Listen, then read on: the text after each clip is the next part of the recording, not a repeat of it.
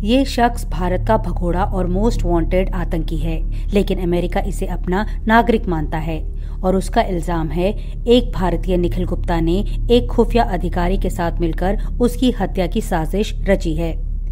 वो चाहता है कि भारत निखिल गुप्ता से जुड़े मामले की जांच में उसका सहयोग करे। India remains a strategic partner. Bharat एक रणनीतिक साझेदार है।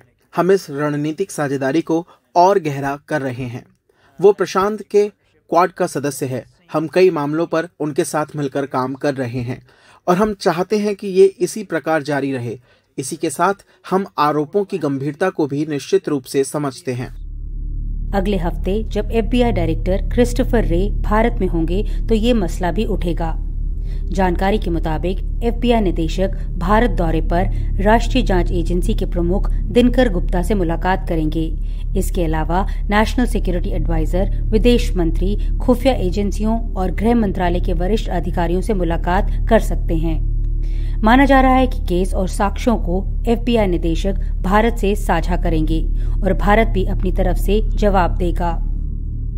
इसके अलावा जिन मामलों पर दोनों पक्षों में वार्ता होगी उनमें खालिस्तानी आतंकवाद, जम्मू कश्मीर में पाकिस्तान प्रायोजित आतंकवाद और गैंगस्टर नेटवर्क जैसे मुद्दे शामिल हैं।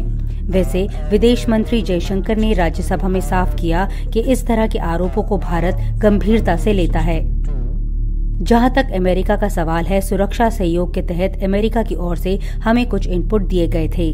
जो इनपुट हमें दिए गए हैं वे हमारे लिए चिंता का विषय हैं, क्योंकि इस इनपुट का संबंध संगठित अपराध, तस्करी, बंदूक चलाने वालों, आतंकवादियों और अन्य लोगों के बीच सांठगांठ से है।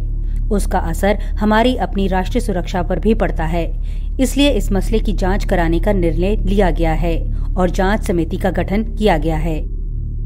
उधर गुरुपतवंत सिंह पन्नू ने एक बार फिर गीदड़ धमकी दी है कि वो 13 दिसंबर को संसद भवन पर हमला करेगा। Yes, we have of course flagged concerns. हाँ, हमने भारत या भारतीय राजनयिकों के खिलाफ चरमपंथियों या आतंकवादियों द्वारा किए गए किसी भी खतरे के बारे में अपने साझेदारों को चिंताएं बताई हैं और हम इसे समय समय पर उठाते हैं और बातचीत जारी रहती है। सुरक्षा सहयोग होता है। यह एक चलने वाली प्रक्रिया है। We've seen results, some of it we haven't, and this will be an ongoing process. एहतियात के तौर पर दिल्ली में हाई अलर्ट घोषित कर दिया गया है।